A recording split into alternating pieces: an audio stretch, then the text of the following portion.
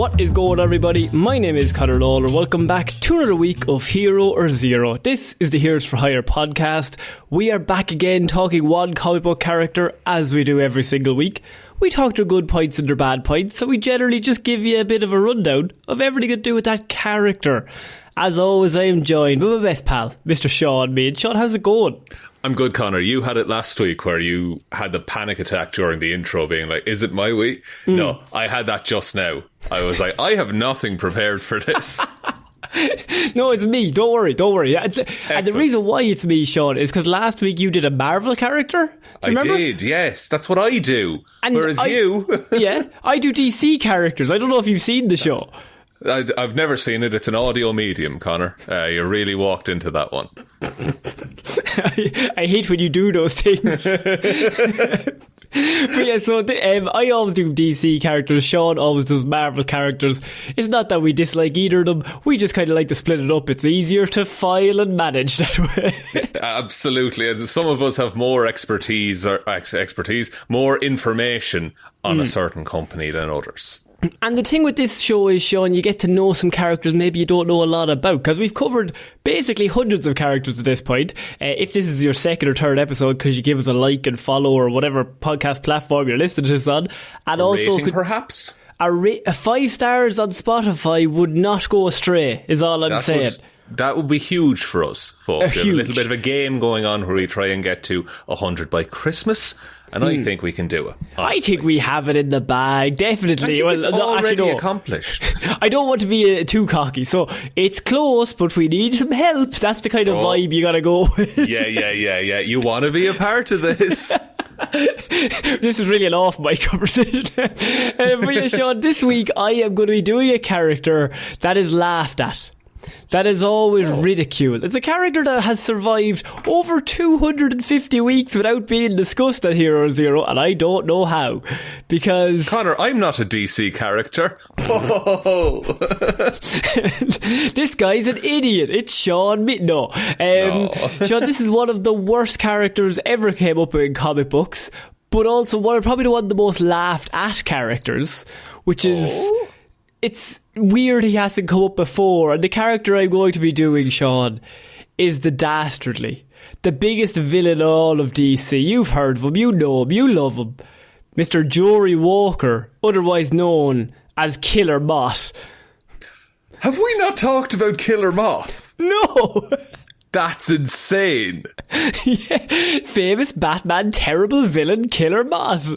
Yeah, one of the earliest unlockable characters in Lego Batman. Came up with by Bill Finger. Bill was knocking it out of the park at the time. February 1951, Bill came up with this. And look, there's a lot of old-fashioned bad guys in the echelons of comics that really have no functional explanation other than the writers needed a gimmick for the next issue, and we're under a deadline, mostly. Yeah. I assume Killer Moth was they had an idea for, and I don't know if this is true, a story near a lighthouse? Is that no? It's not. It's actually his original story isn't terrible, but it just goes off the rails so quickly that he becomes one of my favourite characters just through how terrible he is. I don't know how long this report's going to be, because there was so many stories that I was like, oh, that's really funny, I should include that. But then it was 7 pages long, and I was like, it's too long. I can't do a 7-page report. I can't have this report be longer than Nightwing's one. But look, the history is there, Conor, so you could if you wanted. So look, some of them were created like Penguin. That's a ridiculous character. Has stood the echelons of time. Has kind of stuck around. Others are very ludicrous. Calendar Man, for example.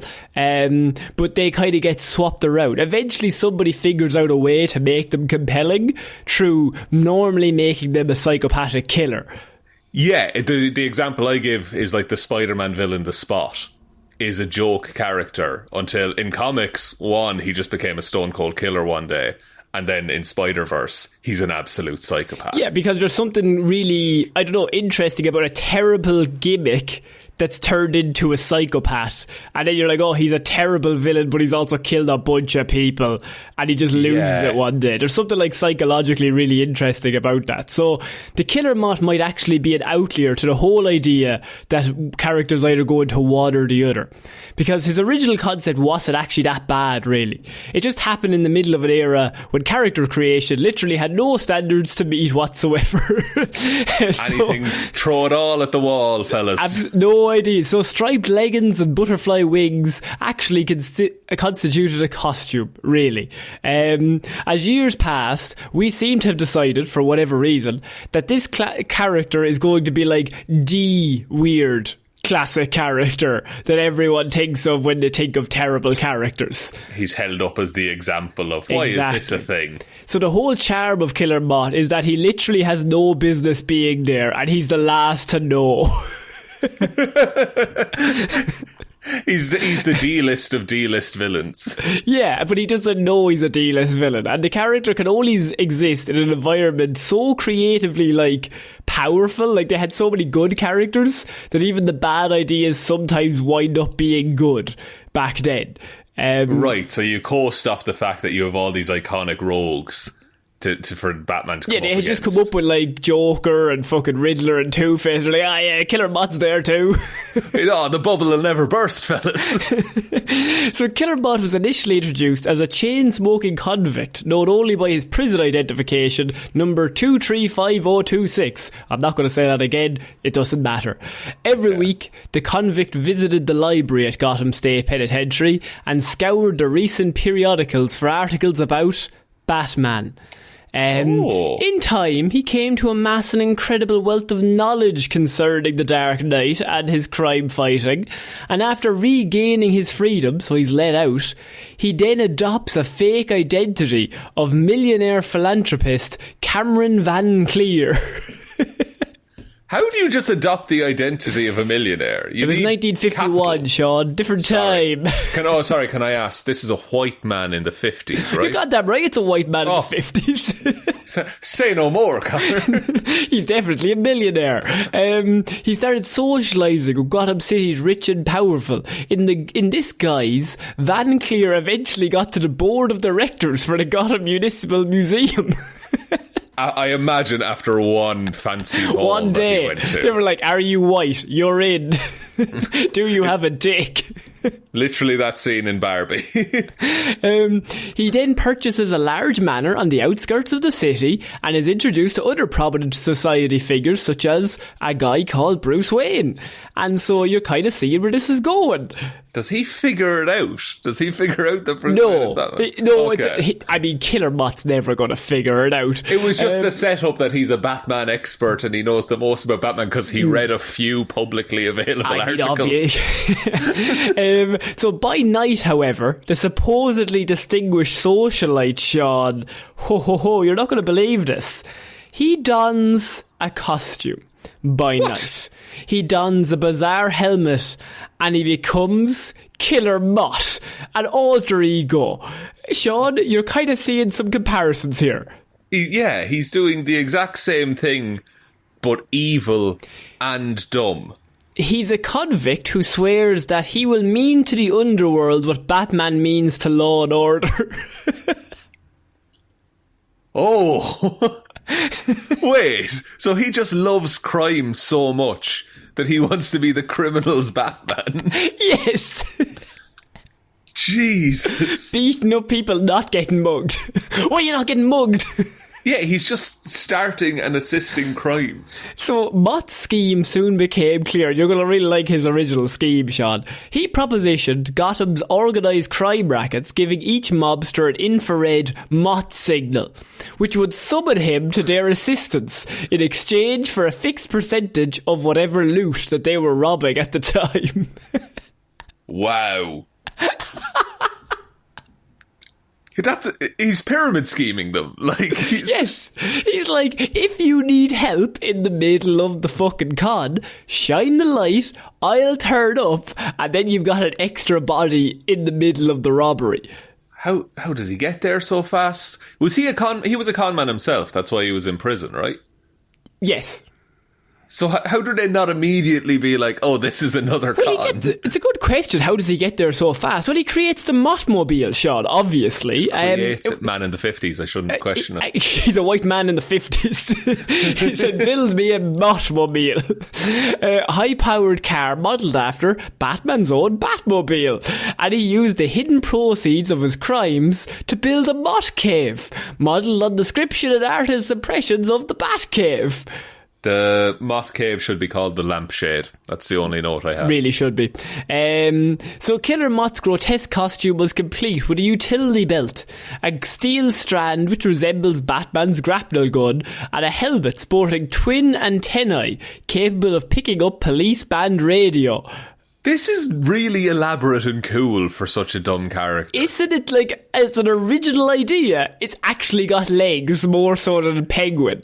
Yeah, this feels like it could be introduced now and he would be a threat. Well, like, he's a dumb threat, but he's a threat. Yeah. He also, do you know where this fits perfectly is like the Harley Quinn show. Yes, very good. He's the perfect That's perfect character for that. Well, Moth also carried firearms and he had no problems using deadly force if something happened. During his first job, he rescued some mobsters from the police, because they shone the light into the sky and he turned up and he saved them. He saves them, but then he's pursued by Batman and Robin.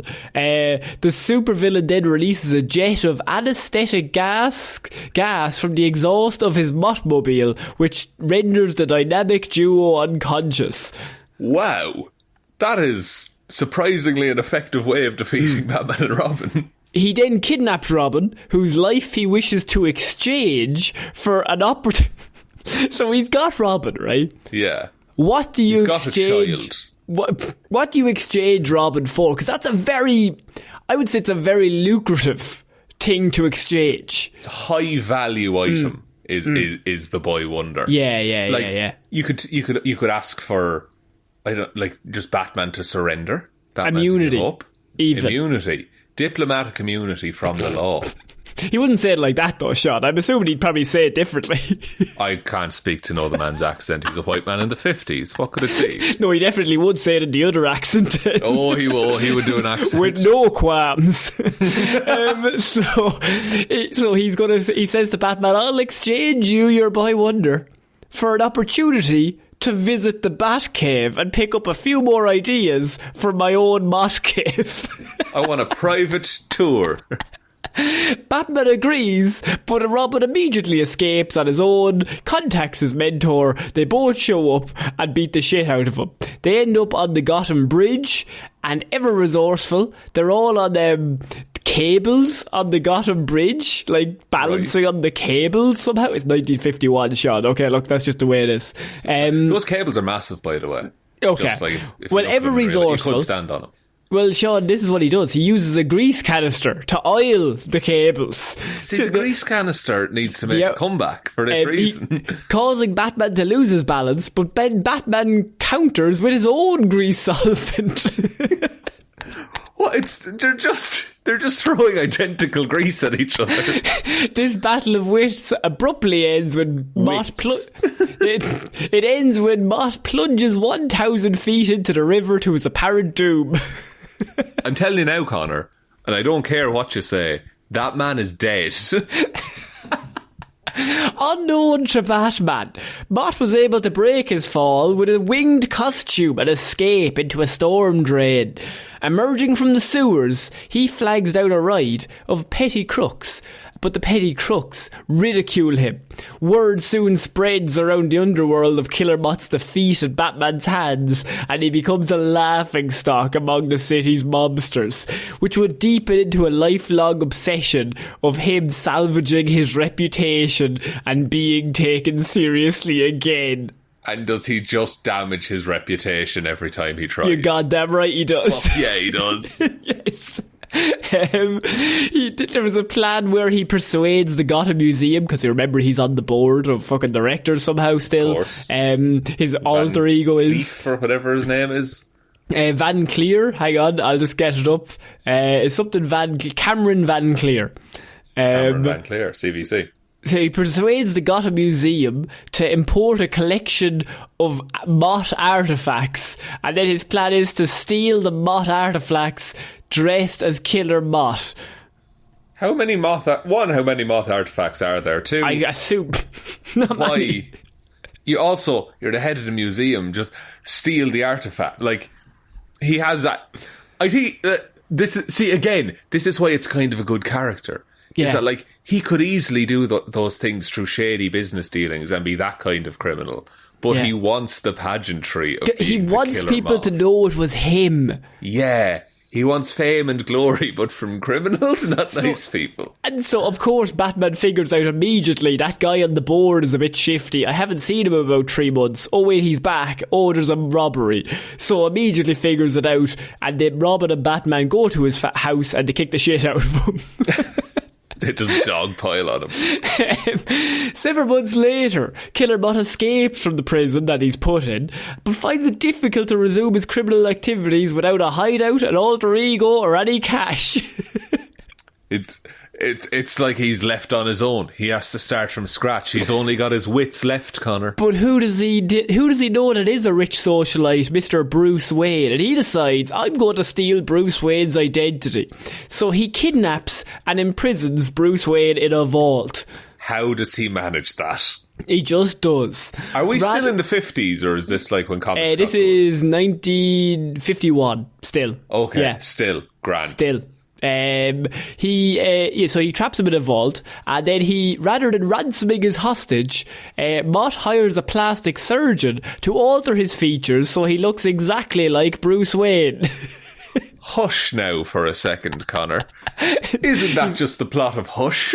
It is, but this one's cooler because it's first. He beat Hush to the idea. That's insane. He did, yes. He even tricks Dick Grayson into believing that he is Bruce and goes out on fucking patrol with Robin for a night. Holy shit. So he knows that Batman is Bruce Wayne at this point. Yeah, so him and Robin...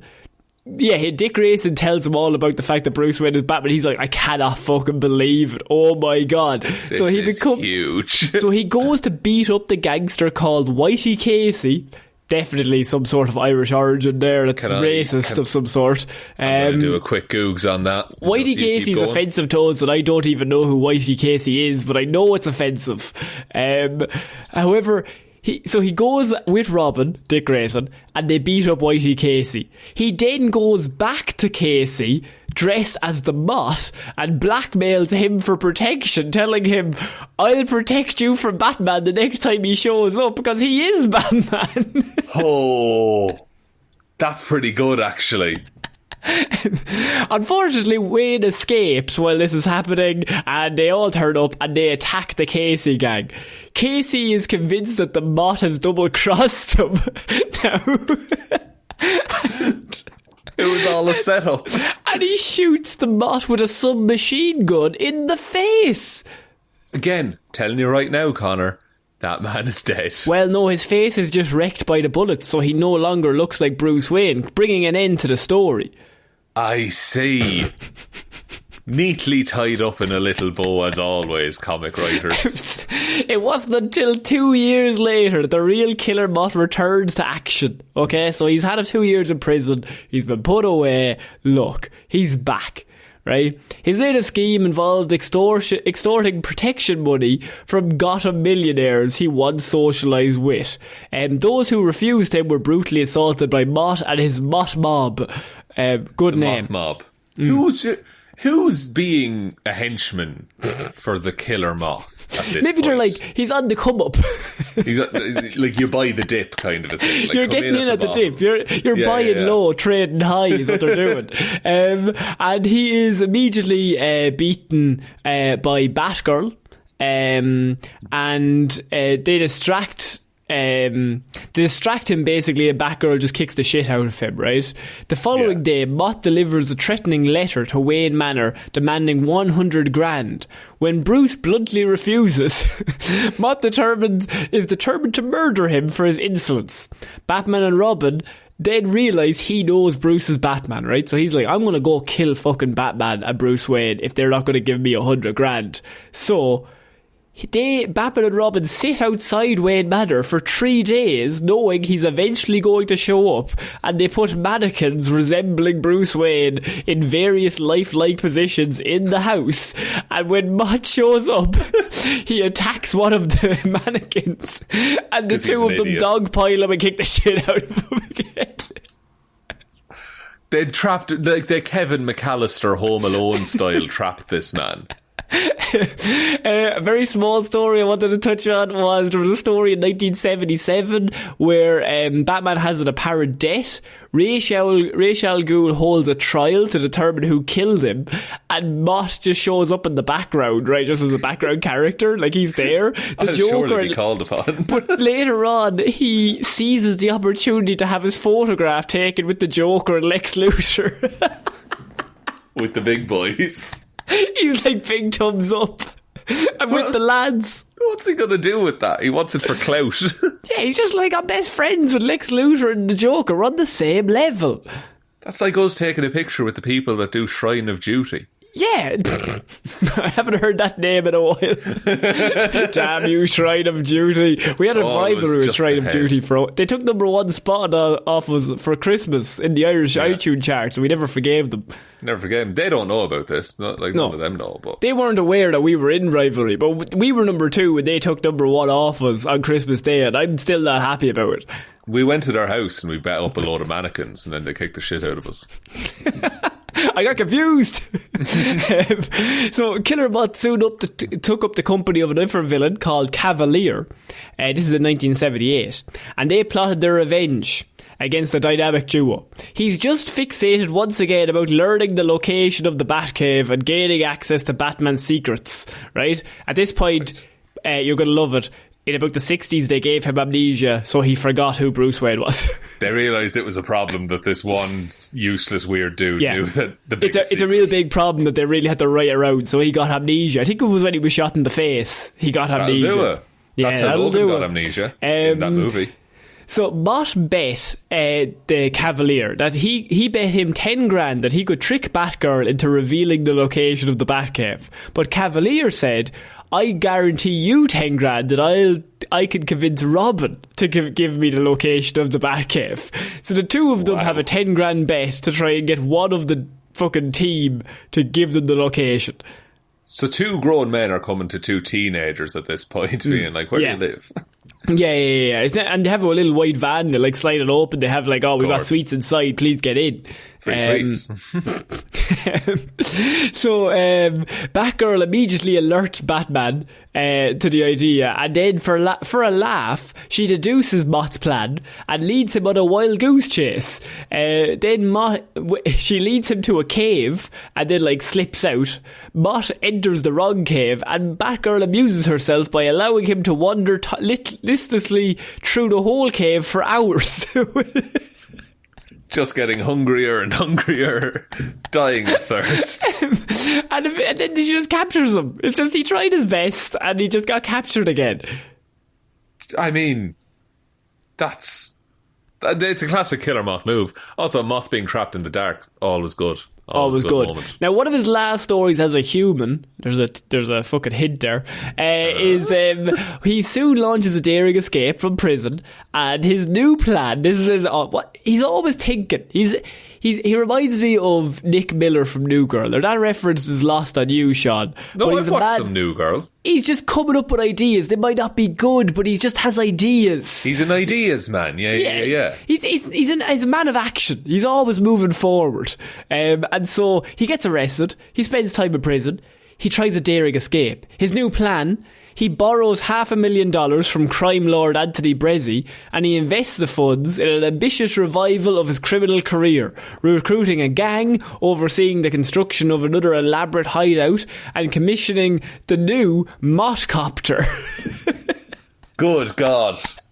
He just took out a loan and is like, this is it. This is my big break. You would think you'd spend it wisely. He immediately makes a teamed helicopter for himself. In his head, he was like, the one thing missing from my previous operation was a themed helicopter. So he intends to pay the mobster back by, Sean, kidnapping Bruce Wayne during one of his appearances at a fundraising event and then holding him for ransom. He is, of course, thwarted immediately by Barbara Gordon, who demonstrates some martial arts and kicks the shit out of him. This leaves him in a bit of a pickle because he now owes 500 grand to Brezzy and has no money to pay him. He's just going to end up with no kneecaps at this point. Loan sharks come around to his house and, I'm not joking, beat the ever-living piss out of him. Then his gang abandons him. The government foreclose his hideout and they take his helicopter. He got the government involved. The IRS came from the biggest villains of all. Jesus Christ, it's just... Oh, lads. He had it all and he lost everything. His grand plan was just to kidnap Bruce Wayne. Who could have foreseen that wouldn't work? And so, look, following all these problems, right, he basically returns to Arkham Asylum and he's haunted. He basically he goes psychotic because he thinks everybody is laughing at him. There's a belief that every single one of the inmates, Batman, Commissioner Gordon, they're all laughing behind his back at all times. They all think he's wrong. A joke.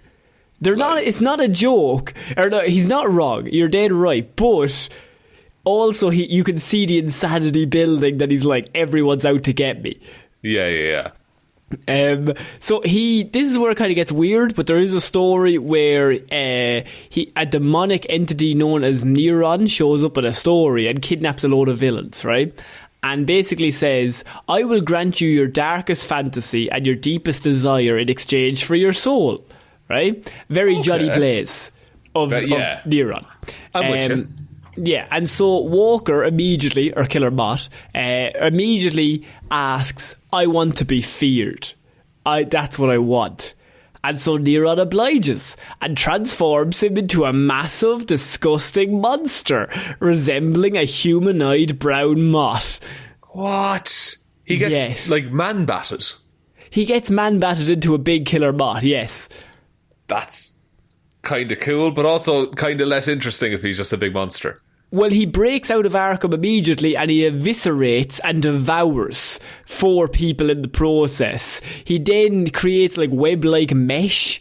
By the way, when he's a human, he has a thing called the cocoon gun, which is good. It just shoots silly string at people. Little webs. But when he's a big killer moth, that comes out of, I assume, his arse. I don't know how it works. He also has a highly acidic compound capable of burning through everything. It's just acid. And he entraps humans and drains them of their fluids. So he's actually eating people. He's just a fucking monster. He's also now called Charaxes, I think is actually, I don't know how you pronounce it. Charaxes. Charaxes. Yeah, Charaxes. Yeah.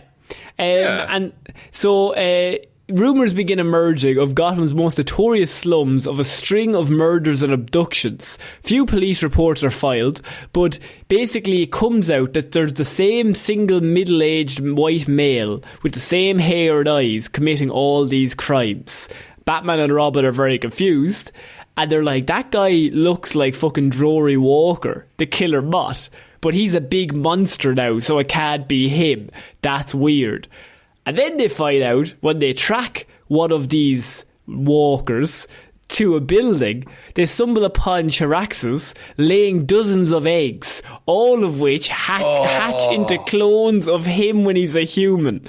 That's gross. And all of the clones are committing crimes simultaneously and killing people and bringing homeless people back, and he's draining all of them for energy.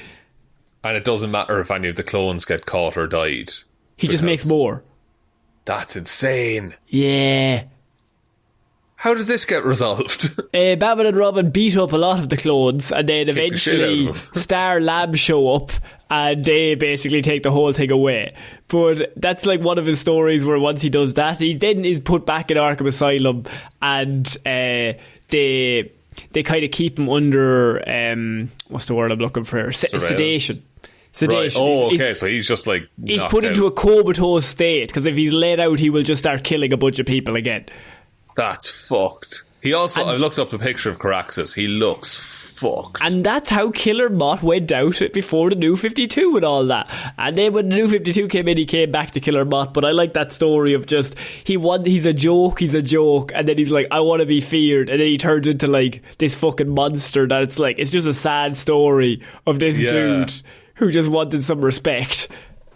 And who just kept, and yeah, he just made a deal with the devil and he got fucked over it. So now, I assume he's back to silly Mothman now. Yes, of course. Yeah. In terms of powers and abilities, he's got, as Charaxes, he has demonic moth-like physiology. He's got flight, claws, toxikinesis. He can spit different kinds of venom as Big Moth Monster.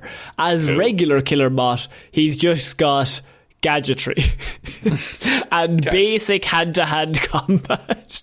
Basic. Like, he's not even a threat to Bruce Wayne. And he's fighting Batman. Yeah, one of the greatest fighters to ever live. But he has the Mothmobile and the Mothcopter. That's true, and he has captured Bruce Wayne twice, technically. But I think Bruce kind of wanted to be captured just to see what he was up to. Let's see where this goes. There's a story of when he first gets kidnapped, or when he gets converted into the big moth monster. Batman, there's a scene where Batman gets a call, and they're like, the killer moth has escaped from Arkham, and he doesn't even move, because he goes, well, the police will just catch him, it's fine. And then they have to tell him, no, he's a big monster, man. No, he's an actual threat now. And Batman's like, alright, cool, I'll turn up. I imagine like Batman getting that call like on the couch. Like, he's just like, nah, surely you can deal with him. He's just a man, and not even that smart one. So that is my report on Killer Moth, Sean. A character Very good report. He's just laughed at. Yeah, and I can't believe it took us this long to get to him as well. Yeah, so do you want to take us out? Yes, thank you everyone for listening to this episode of Hero Zero. We will be back on Monday. Monday we'll have a show. Yes. Wednesday we'll have Weird News Wednesday. Next Friday we'll have another Hero Zero. Big thanks to everyone over on Patreon, patreon.com/Heroes for Hire podcast. If you want to support us over there, get movie reviews and extra shows and all that good stuff. You can also go to the merch store, heroesforhire.ie/shop. Twitter is @HeroesForHirePod, the 4 is the number 4. Facebook is Detective Diddleman's Discussion Group. Instagram is Heroes for Hire Podcast. And the best way to ever help out the show is to tell one human being that we exist. Just a one, please. And I think that's about it, Connor. I think so. So I've been Conor Lawler. I've been Killer Shaun. We'll see you all next week, guys. Bye. Bye.